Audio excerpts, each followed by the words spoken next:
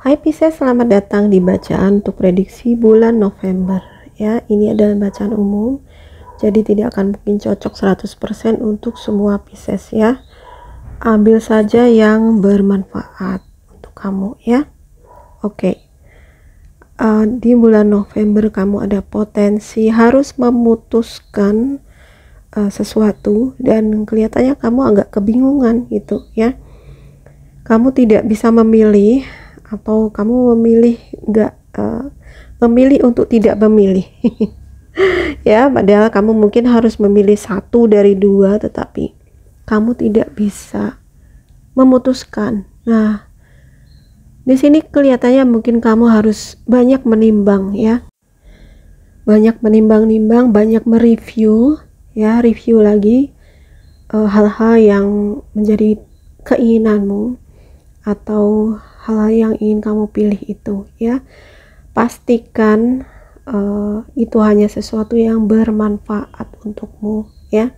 Mungkin di sini juga ada tahapan di mana kamu harus memilah-milah atau menyortir ya, mana-mana yang masih bermanfaat dan mana yang sudah harus kamu lepaskan dari kehidupan kamu. Ini penting supaya ya kamu bisa maju ya.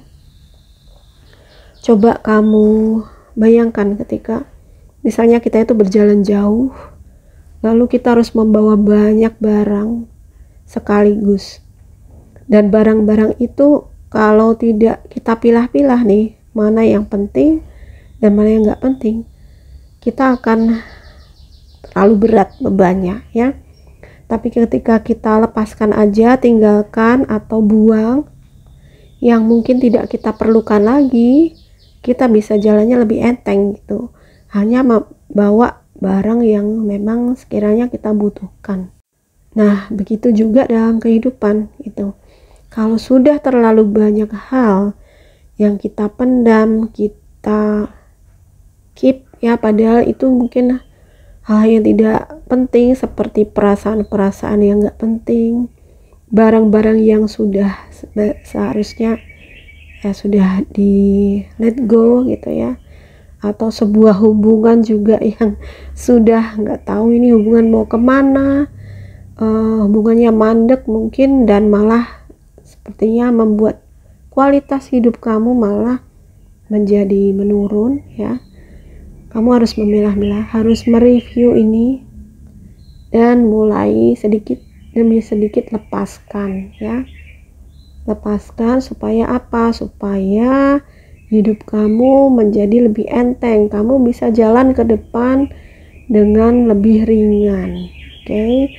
Dengan tidak membawa banyak sampah-sampah ya. Sampah-sampah ini bisa tadi sebuah hubungan yang sudah tidak sehat, barang-barang yang sudah rusak yang sudah harusnya dibuang, atau mungkin perasaan-perasaan dan pikiran-pikiran yang tidak sehat juga ya.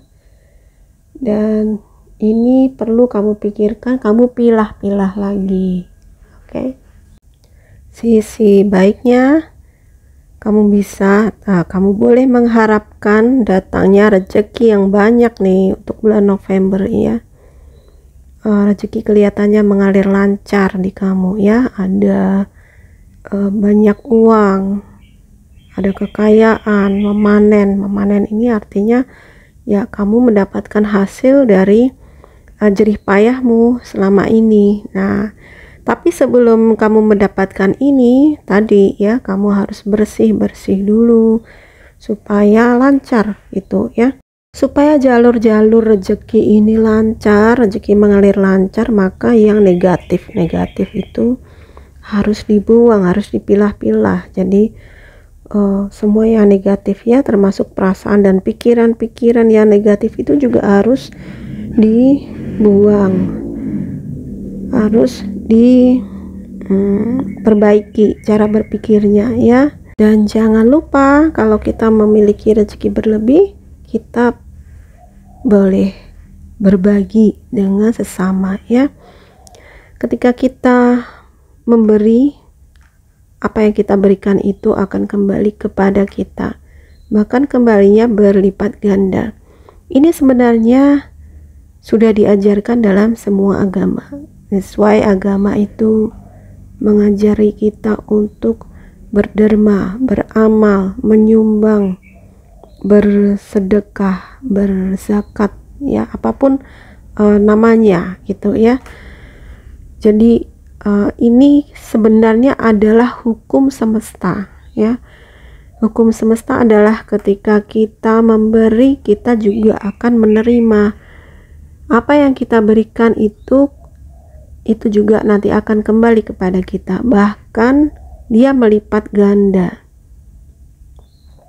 kembalinya melipat ganda. Jadi pastikan kalau kita mau yang kembali kepada kita itu yang baik, pastikan kita hanya memberikan hal-hal yang baik pula ya.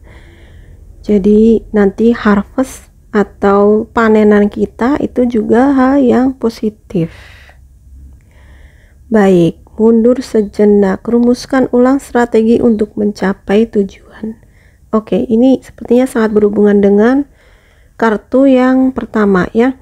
Kalau kamu merasa bingung untuk memutuskan ya, maka kamu perlu waktu untuk tenang dulu ya, tenang dan berpikir sejenak ya.